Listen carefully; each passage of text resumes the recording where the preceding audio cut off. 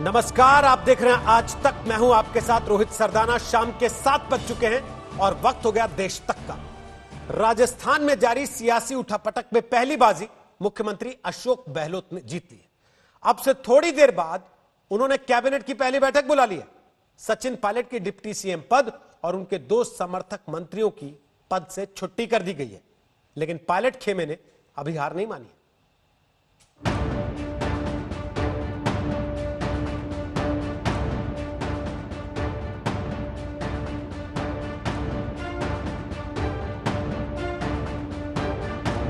राजस्थान की सियासत में मुख्यमंत्री गहलोत ने एक बार फिर साबित कर दिया कि वो वाकई जादूगर हैं। उनकी बाजीगरी के आगे सचिन पायलट चारों खाने चित हो गए। गहलोत ने उन्हें प्रदेश अध्यक्ष और डिप्टी सीएम के पद से भी बाहर कर दिया। इसी के साथ अशोक गहलोत ने ये बाजी भी अपने नाम कर ली। ये कहाँ लिखा हुआ है कि आप विधायक विधानसभा में मांग कर रहे हैं? इसका मतलब क्या है कि बीजेपी के सहयोग से हम सरकार गिराएंगे। जिसकी मंशा हो जाती है मुझे मेरी पार्टी के खिलाफ में जाना है, उसकी मेंबरशिप खत्म हो जाती है। कांग्रेस ने सचिन पायलट के करीबियों पर भी सख्त एक्शन लिया। उनके समर्थक 2 मंत्रियों को पद से हटा दिया गया। विश्वेंद्र सिंह और रमेश मीणा को मंत्रिमंडल से बर्खास्त कर दिया गया है। सचिन पायलट की जगह शिक्षा मंत्री गोविंद सिंह डोटासरा को प्रदेश अध्यक्ष बनाया गया है। राजस्थान यूथ कांग्रेस के अध्यक्ष पद से पायलट के समर्थक मुकेश भाकर को हटाकर गणेश घोगरा को बनाया गया है। श्री सचिन पायलट जी को, श्री विश्वेंद्र सिंह जी को और मीना जी का और श्री रमेश मीना जी को उप मुख्यमंत्री और मंत्री पद के भार से फौरी तौर से मुक्त किया जाता है।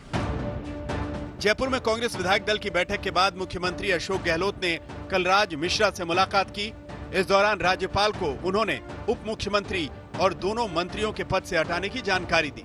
उन्होंने सचिन पायलट पर एक और वार करते हुए कहा कि वो बीजेपी के हाथों खेल रहे हैं। प्रदेश कांग्रेस के अध्यक्ष जो हमारे पहले थे पायलट साहब, उनके हाथ में कुछ नहीं वहाँ पर। वो तो खुद ही वहाँ पे पूरी कुनबा जो है वो बीजेपी के हाथों में खेल रहे हैं। हमारे कुछ साथी गुमराह होकर के चले गए दिल्ली के अंदर और बीजेपी के मंसूबे पूरे नहीं हुए। कांग्रेस का शीर्ष नेतृत्व भी इस संकट को सुलझाने में लगा हुआ था। सचिन पायलट को लगातार मनाने की कोशिशें चल रही थी। कांग्रेस के राजस्थान प्रभारी अविनाश पांडे ने भी सचिन पायलट को मनाने के लिए आखिरी अपील की। मैं और उनके सभी साथी विधायकों से अपील करता हूं कि वे आज की विधायक दल की बैठक में शामिल हों। कांग्रेस की विचारधारा और मूल्यों में अपना विश्वास जताते हुए कृपया अपनी उपस्थिति निश्चित करें। व श्रीमती सोनिया गांधी जी व राहुल गांधी जी के हाथ मजबूत करें। ऐसे में पायलट ने ऐसी शर्तें रख दी कि पार्टी नेतृत्व को ना कहना पड़ा।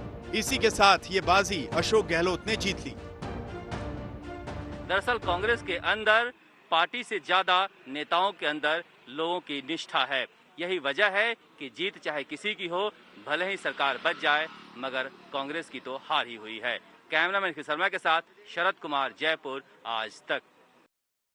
सचिन पायलट की गहलोत मंत्रिमंडल से छुट्टी हो गई है। उनके 2 समर्थक मंत्री भी निकाले जा चुके हैं। दिन भर राजस्थान में जबरदस्त हलचल मची रही। आइए जरा आपको पूरी ग्राउंड रिपोर्ट दिखाते हैं। जयपुर के इस होटल के बाहर सुबह करीब 9 बजे से गहमागहमी तेज हो गई थी।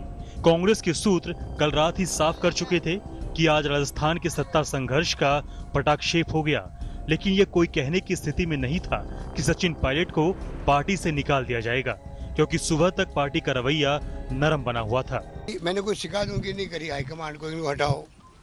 उसके बावजूद भी उनका जो रवैया रहा है 3 महीने से 6 महीने से, आप देखते आ बैल मुझे मार जो कहावत है, उस रूप में इन्होंने पेश किया अपना। कांग्रेस नेतृत्व ने खुले मन से सारे दरवाजे खोलकर कहा, परिवार का सदस्य अगर रास्ता भटक जाए, सुबह का भूला अगर शाम को घर वापस आ जाए, शाम का भूला अगर आज सुबह भी घर वापस आ जाए, तो वो भूला नहीं कहलाता, वो परिवार का सदस्य है। पूरी बात सुनी जाएगी, हर बात का हल निकाला जाएगा। कांग्रेस विधायक दल की बैठक का समय सुबह 10 बजे तय किया गया था, लेकिन इसे 1 घंटे बढ़ा दिया गया। सुबह 9:39 पर कांग्रेस की तरफ से अविनाश पांडे ने सचिन पायलट के लिए ट्विटर के जरिए आखिरी अपील की। मैं सचिन पायलट और उनके सभी साथी विधायकों से अपील करता हूं कि वे आज की विधायक दल की बैठक में शामिल हों। कांग्रेस की विचारधारा और मूल्यों में अपना विश्वास जताते हुए कृपया अपनी उपस्थिति निश्चित करें और श्रीमती सोनिया गांधी जी व राहुल गांधी जी के हाथ मजबूत करें। कांग्रेस के नेता लगातार सचिन पायलट का मान मनोवल कर रहे थे, लेकिन पायलट टस से मस नहीं हुए। उल्टा पायलट खेमे में राहुल गांधी पर हमला शुरू कर दिया गया। मेरा मुद्दा विकास का मुद्दा है।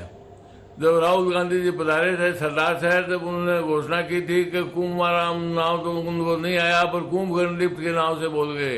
ये किसानों के हित का मुद्दा है, किसानों के जीवन मरण का प्रश्न है। किसान संघर्ष करते आए हैं। जब तक ये मुद्दा पूरा नहीं होगा, हम किस मुंह से जाके पब्लिक में मुंह दिखाएंगे। दूसरी तरफ गुरुग्राम के होटल में बैठक में पायलट समर्थक विधायक ट्वीट के जरिए गहलोत के खिलाफ जंग छिड़े हुए थे। कांग्रेस विधायक और यूथ कांग्रेस के अध्यक्ष हैं मुकेश भाकर। इनका ट्वीट देखिए।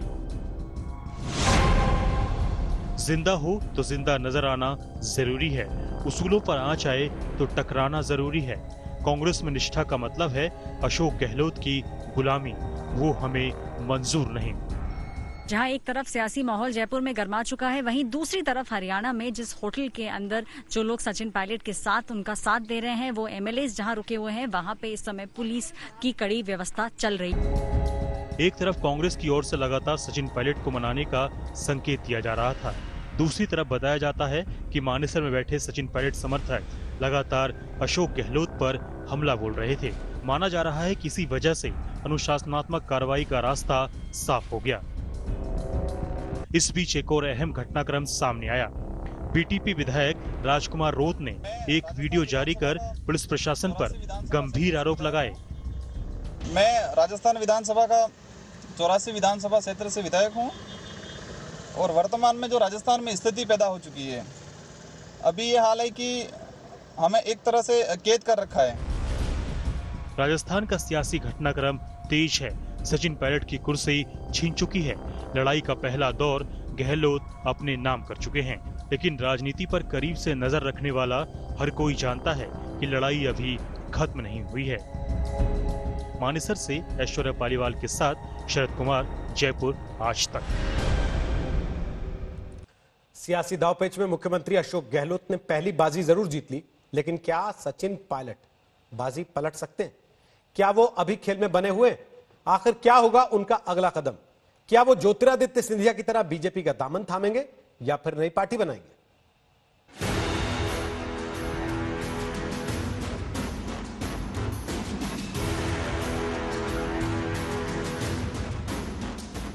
सचिन पायलट ने डिप्टी सीएम और प्रदेश अध्यक्ष पद से हटाए जाने के बाद ट्वीट कर पहली प्रतिक्रिया देते हुए संकेत दिया कि लड़ाई अभी खत्म नहीं हुई है। उन्होंने लिखा, सत्य परेशान हो सकता है लेकिन पराजित नहीं। इसके साथ ही सचिन पायलट ने अपने ट्विटर हैंडल से डिप्टी सीएम हटा दिया है और कहीं भी कांग्रेस का जिक्र नहीं है। अब उनके ट्विटर बायो में सिर्फ टोंक से विधायक, आईटी, दूरसंचार और कॉरपोरेट मामलों के पूर्व मंत्री भारत सरकार लिखा हुआ है। ऐसे में सवाल उठता है कि क्या सचिन पायलट कांग्रेस छोड़ेंगे या पार्टी में ही रहकर आगे की लड़ाई लड़ेंगे या फिर बीजेपी ज्वाइन करेंगे, जिसकी संभावना फिलहाल कम लग रही है क्योंकि उनके समर्थन में आए विधायक बीजेपी में नहीं जाना चाहते। ईमानदारी से काम किया मैंने, उसका नतीजा मुझे ये मिला कि उन्होंने बर्खास्त किया। ऐसा कौन सा हमने पार्टी के खिलाफ या कोई ऐसा अनियमितताएं की या पार्टी के खिलाफ गए, हमारी नाराजगी थी तो हमने पार्टी के मंच पे बात रखी। ऐसे में एक विकल्प और बचता है कि सचिन पायलट नई पार्टी खड़ी करें क्योंकि वो युवा हैं और संगठन को खड़े करने की काबिलियत है। प्रदेश अध्यक्ष के तौर पर वो कांग्रेस को राजस्थान में जीत भी दिला चुके हैं। उधर खबर यह है कि कांग्रेस के कई नेता अब भी उन्हें मनाने की कोशिश में लगे हैं। सूत्रों के मुताबिक जितिन प्रसाद और दीपेंद्र हुड्डा ने इस मामले में सोनिया गांधी से बात भी की है। कांग्रेस के प्रवक्ता रणदीप सुरजेवाला भी कह चुके हैं कि सचिन पायलट के लिए दरवाजे खुले हुए हैं। पिछले 4 दिन में भी कांग्रेस नेतृत्व ने खुले मन से सारे दरवाजे खोलकर कहा, परिवार का सदस्य अगर रास्ता भटक जाए, सुबह का भूला अगर शाम को घर वापस आ जाए, शाम का भूला अगर आज सुबह भी घर वापस आ जाए तो वो भूला नहीं कहलाता, वो परिवार का सदस्य है, पूरी बात सुनी जाएगी। लेकिन सवाल ये है कि क्या सचिन पायलट उन शर्तों को छोड़ देंगे जो उन्होंने पहले रखी थी? सचिन पायलट ने गहलोत को सीएम पद से हटाने की शर्त रखी, पार्टी नेतृत्व ने मना कर दिया। पायलट ने खुद को सीएम बनाने की शर्त रखी, पार्टी ने उससे भी इंकार कर दिया। एक शर्त राजस्थान के प्रभारी को हटाने की भी थी, जिस पर पार्टी ने कहा कि विचार किया जाएगा। सियासत में कभी भी कुछ भी हो सकता है। ऐसे में अब इंतजार है सचिन पायलट के अगले कदम का, और इम्तिहान कांग्रेस के मैनेजमेंट का भी है कि क्या वो युवा नेता को पार्टी से जोड़े रख सकते हैं। बेशक बीजेपी के नेता सचिन पायलट को पार्टी में आने का न्योता दे रहे हों, लेकिन सचिन पायलट ने अभी तक अपने पत्ते नहीं खोले हैं कि उनका अगला कदम क्या होगा। क्या वो बीजेपी में शामिल होंगे या नया मोर्चा बनाकर अशोक गहलोत के लिए चुनौती पैदा करेंगे। कैमरामैन अश्विनी हेलेन के साथ अशोक सिंघल, दिल्ली आज तक। और बीजेपी का कहना है कि सचिन पायलट के लिए उनके दरवाजे खुले हैं, वो जब चाहे बीजेपी में आ सकते हैं। उनके जैसे युवा और प्रतिभाशाली नेता का स्वागत होगा। वसुंधरा राजे के रहते अगर वो बीजेपी में आना चाहें तो पार्टी उनका स्वागत करती। हालांकि सचिन पायलट ने अब तक अपने पत्ते नहीं खोले। उधर बीजेपी लगातार राजस्थान में बदलते सत्ता समीकरण पर अपनी नजर गड़ाए हुए है। बड़ा दम्भ था इनको कि हमारी पार्टी में एकता है, हम लोगों ने सबको साथ लेके चलने की क्षमता है, सबका पार्टिसिपेशन है। लेकिन मुझे लगता है कि जिस तरीके से पहली हमारी जो भविष्यवाणी थी वो सही साबित हुई कि सरकार और पार्टी अंतर्विरोध और अंतर्कलह की शिकार थी। नतीजा ये है कि अपमानित होकर सचिन पायलट को कांग्रेस से अलग होना पड़ा। तय नहीं है कि इनके पास बहुमत है कि नहीं है। मैं सोचता हूँ राजस्थान की विधानसभा के फ्लोर पर बहुमत सिद्ध होने के बाद ही मंत्रिमंडल का विस्तार करें तो जनता के प्रति न्याय होगा। बाकी तो केवल ये मंत्रिमंडल बांट करके और सचिव बांट करके और गाड़ियां पकड़ा करके बहुमत सिद्ध करने का प्रयास करोगे, लोकतंत्र के साथ एक तरह से चीरहरण का काम होगा। और अब खबर दिल्ली में प्रियंका गांधी वाड्रा के बंगले पर हो रही सियासत की। केंद्रीय मंत्री हरदीप पुरी ने कहा कि प्रियंका गांधी वाड्रा बंगला खाली करने के लिए मोहलत मांग रही थी। प्रियंका ने उनके दावे को झूठा करार दिया और कहा कि वो 1 अगस्त तक बंगला खाली कर देंगी।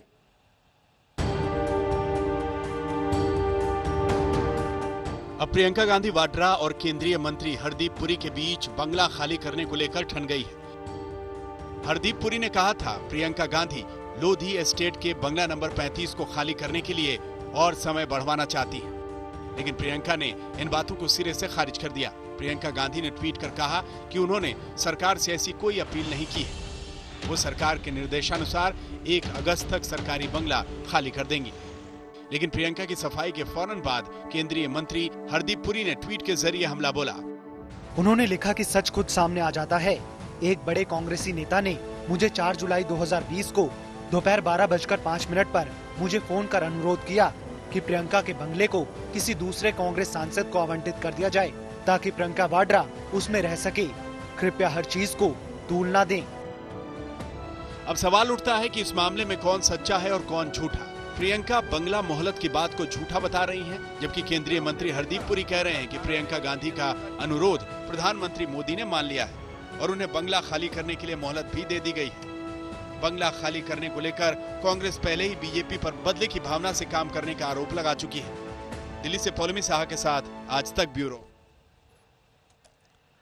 और अब आपको जरा देश का कोरोना ग्राफ भी दिखा देते हैं। आपको बता दें कि हालात इस कदर चिंताजनक हो गए हैं कि बिहार में एक बार फिर से अगले 15 दिन के लिए लॉकडाउन का ऐलान कर देना पड़ा है। उस पर आपको विस्तार से जानकारी देंगे, लेकिन उसके पहले जरा देश के अलग अलग राज्यों में कोरोना का हाल इस समय क्या है वो आपके सामने रख देते हैं। पिछले 24 घंटे में कोरोना का ग्राफ किस तरीके से बढ़ा है वो आपके सामने है। कुल केस 28,498 बढ़े, 17,989 ठीक हुए। राहत की बात है 553 लोगों की मौत हुई है पिछले 24 घंटे में कोरोना से।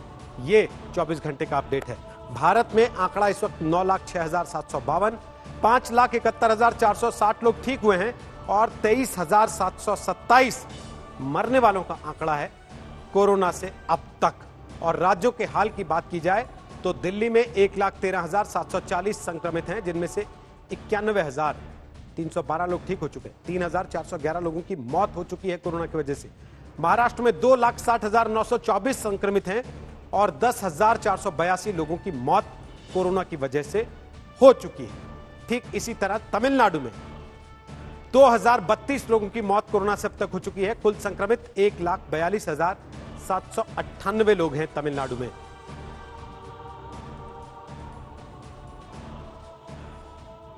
तो यह हाल था कोरोना का। देश के अलग अलग राज्यों का ग्राफ आपने देखा। बिहार में कोरोना के मामले 18,000 के पार हो चुके हैं और इस वजह से बिहार में 16 जुलाई से 31 जुलाई तक के लिए अब पूर्ण लॉकडाउन का ऐलान कर दिया गया। और रुक करते हैं अगली खबर का। अब आपको सुनाते हैं नेपाल के प्रधानमंत्री केपी शर्मा ओली का वो बयान जिसकी वजह से भारत में बहुत गुस्सा है। नेपाली पीएम ने श्रीराम को अयोध्या का नहीं बल्कि नेपाल का बता दिया।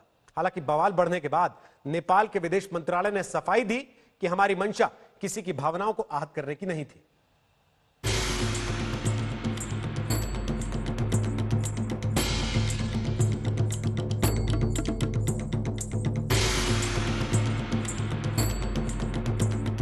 और मैं दावा करता हूं, बल्कि चुनौती देता हूं ओली जी को कि 5 विद्वान नेपाल के, 5 विद्वान हिंदुस्तान के, कहीं भी शास्त्रार्थ करा लीजिए। भगवान राम की नगरी के अस्तित्व को लेकर नेपाल के प्रधानमंत्री केपी शर्मा ओली की गुस्ताखी उन्हें भारी पड़ने लगी है। साधु संत और जागरूक भारतीय समाज प्रमाण के साथ सामने हैं और ओली को शास्त्रार्थ की चुनौती दे रहा है। चुनौती देता हूं ओली जी को। दरअसल विवादों के केंद्र में ओली का वो बयान जिसके जरिए नेपाली पीएम ने भारत पर सांस्कृतिक अतिक्रमण का आरोप लगाया था। उन्होंने भारत पर नकली अयोध्या खड़ी करने का आरोप लगाते हुए कहा कि असली अयोध्या यूपी के फैजाबाद में नहीं बल्कि नेपाल में है।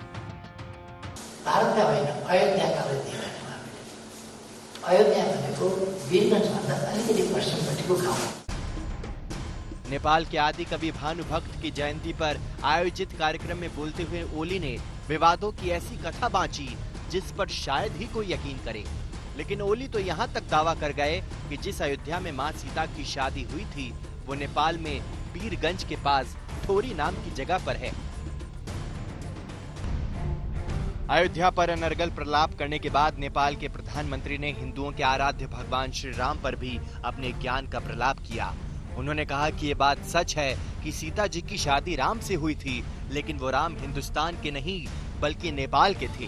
प्रमाण के लिए ओली ने उनका नेपाली पता ठिकाना भी बता दिया। समय समय में वाल्मीकि आश्रम इतिहास र जनकपुर इतिहास, यहाँको जनकपुर उहाँको अयोध्या हुन्थ्यो भने कहाँ छोरीको बिहे गर्न खोजेको छ, कहिले के गरेको, त्यस बेलाका जमानामा न टेलिफोन न मोबाइल,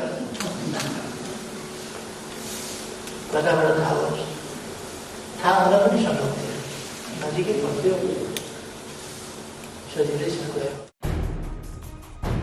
दरअसल कुर्सी बचाने की लड़ाई में उलझे ओली हिंदुस्तान के खिलाफ नेपाली भावनाएं भड़काने में लगे हैं।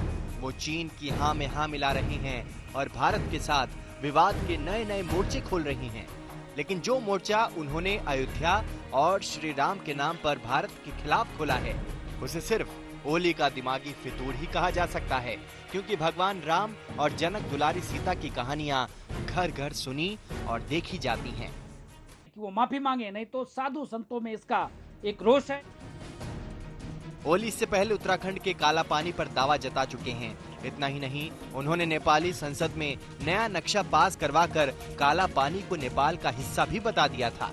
इसके बाद ओली बिहार में उलझ गए और अब ऐतिहासिक तथ्यों को झुठलाने की कोशिश कर रहे हैं। दिल्ली से गीता मोहन, पटना से सुजीत झा और अयोध्या से बनवीर सिंह के साथ आज तक ब्यूरो। कानपुर के बिकरू गांव में हुए शूटआउट के मुख्य आरोपी विकास दुबे के घर पर एक बार फिर छापा मारा गया और पुलिस ने छापेमारी में उसके घर से एक AK-47 राइफल और एक इंसास राइफल बरामद की। यह बरामदगी गिरफ्त में आए एक आरोपी की निशानदेही पर हुई। ADG law and order Prashant Kumar ने आज सुबह कानपुर पहुंचकर इस मामले में प्रेस कॉन्फ्रेंस की। उन्होंने बताया कि पुलिस टीम ने कानपुर शूटआउट के मामले में एक और इनामी बदमाश शशिकांत उर्फ सोनू को गिरफ्तार किया।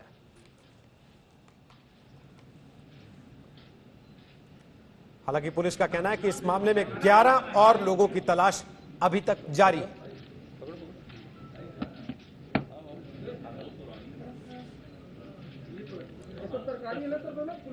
सरकारी इधर देख ले सर, इधर देख ले सर,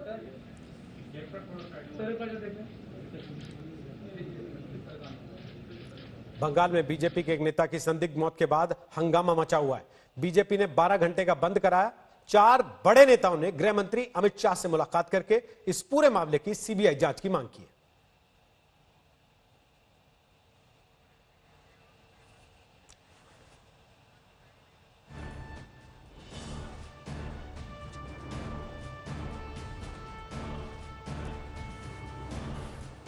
बीजेपी के विधायक का शव संदिग्ध परिस्थितियों में रस्सी से लटका हुआ मिला था। शुरुआत में यह कहा गया था कि बीजेपी के नेता ने आत्महत्या कर ली, लेकिन सवाल यह उठा कि बीजेपी के नेता ने अपने घर से 1 किलोमीटर दूर एक दुकान के बाहर लटककर आत्महत्या क्यों की। इसी मामले में पार्टी के 4 सांसदों ने आज केंद्रीय गृह मंत्री अमित शाह से मुलाकात की और इस मामले की सीबीआई जांच कराने की मांग की है। साथ ही बीजेपी ने आज 12 घंटे के बंद का ऐलान भी किया था। और देश तक में अब बात दिव्यांशी जैन की, जिन्हें 12वीं की परीक्षा में 100/100 नंबर मिले, मतलब 600 में से 600 नंबर दिव्यांशी ने पाए।